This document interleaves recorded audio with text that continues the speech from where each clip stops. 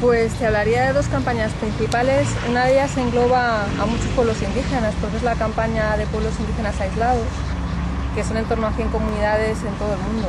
Estamos hablando de unas 40 tribus en Brasil, unas 15 en Perú, también algunas en el Gran Chaco, en Paraguay, y el resto están localizadas en Asia, en el Océano Índico, en las Islas Andamán y en la isla de Nueva Guinea.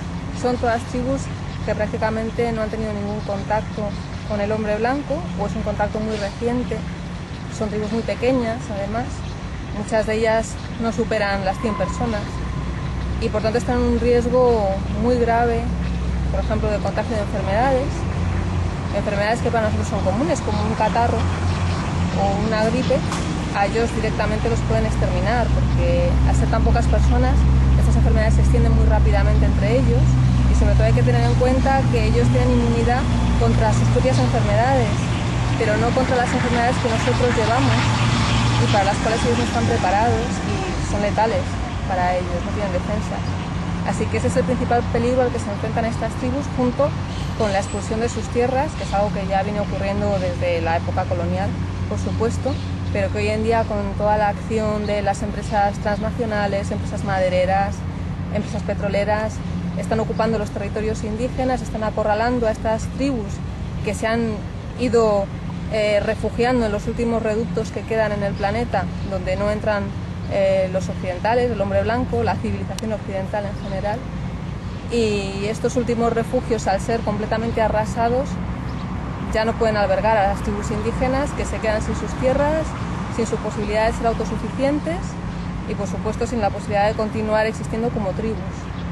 Ese es uno de los proyectos, ¿no? Ese es uno de los proyectos, efectivamente. El otro sería con los Dongriacón, que es una tribu que también ha tenido un contacto muy reciente con los no indígenas, con el hombre blanco. Están situados en la India, en una zona montañosa, en donde se está empezando a explorar minerales, se están extrayendo minerales. Hay una empresa en concreto, Vedanta, que lleva unos años ya instalándose en zonas indígenas, extrayendo los minerales de una forma completamente antiecológica, contaminando las aguas, el suelo, dejando arrasada toda la tierra de la que dependen los indígenas, ahuyentando por supuesto a los animales, esquilmando los recursos naturales, los vegetales también de los que ellos viven, y privando a estas tribus de la posibilidad de continuar viviendo allí, y sobre todo sin ningún tipo de compensación, porque a veces se habla de compensar a los indígenas por la pérdida de sus tierras, con compensaciones económicas, por ejemplo, pero esto no es válido, porque estas tribus no solo dependen a un nivel físico de estas tierras para su supervivencia material, sino que además para ellos la tierra tiene un significado mucho más importante que eso, va más allá, es un significado casi espiritual, podemos decir. Es el lugar donde ellos se reconocen a sí mismos como pueblo, donde se asienta toda su identidad como comunidad, y si les quitas la tierra, les quitas esa posibilidad de seguir existiendo como un grupo con identidad propia. Los monjes tienen simpatía por ahí, ¿eh? Sí, parece que vienen. Oye, y cuando hacéis una campaña como esa, como esta segunda, por ejemplo, ¿cómo echáis para adelante? ¿Cómo intentáis que un tema tan puntual como este llegue a la gente, se implique? Lo fundamental es la información. Todavía, desgraciadamente, hay mucha gente que desconoce la existencia no ya de pueblos indígenas, sino de pueblos tribales que conservan una forma de vida tan diferente de la nuestra. Durante muchos años se ha tenido la idea de que estos pueblos acabarían asimilándose a nuestro modelo de civilización y de vida, y no se entiende muy bien cómo puede haber personas que quieren seguir viviendo de la caza, la recolección, de una forma muy sencilla y en contacto con la naturaleza.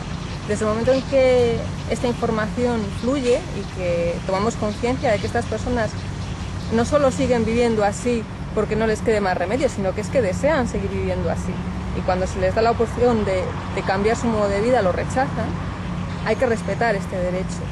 Y es importantísimo que la sociedad de a pie primero tenga esta información y actúe, porque los gobiernos en la mayor parte de los casos van siempre a la zaga de esta concienciación social y no toman medidas hasta que ya no hay una presión muy grande por parte de la sociedad civil. Nosotros es lo que buscamos, concienciar a la gente para que desde la población, la sociedad civil, haya una presión que se ejerza sobre gobiernos, compañías multinacionales, que son los principales responsables de que estos pueblos no tengan una protección adecuada. La declaración de la ONU en defensa de las comunidades indígenas, ¿fue solo papel mojado o ha tenido algún impacto real? Todavía es muy pronto, porque hace solo 2 años de esta declaración y realmente no ha habido tiempo para valorar qué efecto pueda tener sobre los gobiernos principalmente. Lo que ocurre es que, como te decía antes, todas estas decisiones van muy a la zaga de las necesidades reales. Esta declaración no es vinculante, es decir, los gobiernos pueden suscribirla, pueden adherirse a ella, pero no tienen un cumplimiento obligado de las normas que ella establece. Así que más bien depende de una buena voluntad de los políticos el llevarlas a cabo. Si no hay una presión social suficiente, si las organizaciones indígenas no son suficientemente fuertes como para seguir presionando y utilizar estos textos como no solamente un hito histórico, sino un marco de referencia real que se aplique cotidianamente en las políticas de los gobiernos, no va a servir de nada, efectivamente quedarían como papel mojado. Pero si nos remontamos, por ejemplo, a lo que significó el Convenio 169 en su día de la Organización Internacional del Trabajo y pensamos que hoy por hoy es el marco legal internacional más importante y es la referencia a la que siempre recurrimos tanto asociaciones de apoyo a pueblos indígenas como las propias organizaciones indígenas, creo que es un paso muy importante. Solamente el hecho de que se reconozcan determinados derechos, como el derecho a la propiedad de la tierra, es fundamental y es algo que era inconcebible hace nada más que 20 años. Así que sí, poco a poco yo pienso que estos textos van reflejando una inquietud social y es eso lo que es realmente importante. No ya el que esté escrito sobre el papel, sino que eso sea debido a que hay una concienciación por parte de toda la sociedad civil y que se recoge en textos legales y también en políticas, aunque sea más tarde. Hay políticos que hacen del indigenismo un elemento fundamental de sus campañas, de su actividad política, y otros, es el caso de Evo Morales, por ejemplo, ¿no? Y otros, en cambio, que mantienen esa actitud de ir intentando atraer a los indígenas hacia la civilización o hacia la historia, el modelo clásico, ¿no? Que sería quizás en Perú, así, ¿no? Y decías tú antes lo de que los indígenas rechazan integrarse en ese modelo al que estamos habituados, ¿no? Se puede hacer un balance de quién gana en esta competición. Por supuesto, son muchos más los en el modelo occidental que los que no. Como te comentaba, indígenas no contactados o que tienen un contacto muy pequeño, serían en torno a 100 tribus en todo el mundo. No son muchas personas en número. Desde luego ellos tienen muy claro que no quieren ese contacto.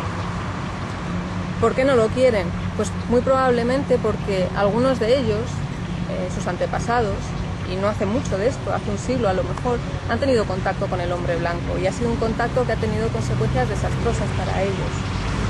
Un ejemplo, durante la fiebre del caucho, que tuvo lugar a finales del siglo XIX en Brasil, cuando los indígenas fueron esclavizados para utilizarlos en la extracción del caucho por los colonos, prácticamente el 90% de la población indígena murió. Estas muertes se produjeron no solamente por las enfermedades, que fueron la principal causa de muerte, sino también por la violencia con que fueron tratados por los colonizadores. Esto queda reflejado en la memoria histórica de estos pueblos, es algo que se sigue transmitiendo de generación en generación y ellos huyen.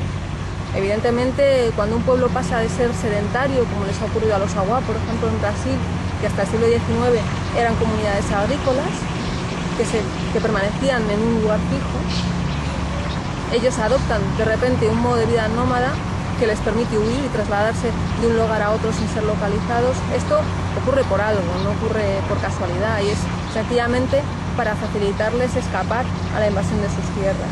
Esto ha ocurrido con un montón de tribus por todo el mundo y las que no han tenido contacto se dan cuenta de que ese contacto tampoco les beneficia porque muchas veces pues, produce abusos como la prostitución de sus mujeres, contactos violentos con madereros, extractores de oro ilegales, empresas petrolíferas y todo esto va dejando un pozo en el que ellos, pues, al ponerlo en la balanza se dan cuenta de que su modo de vida por lo menos les permite vivir de una forma digna.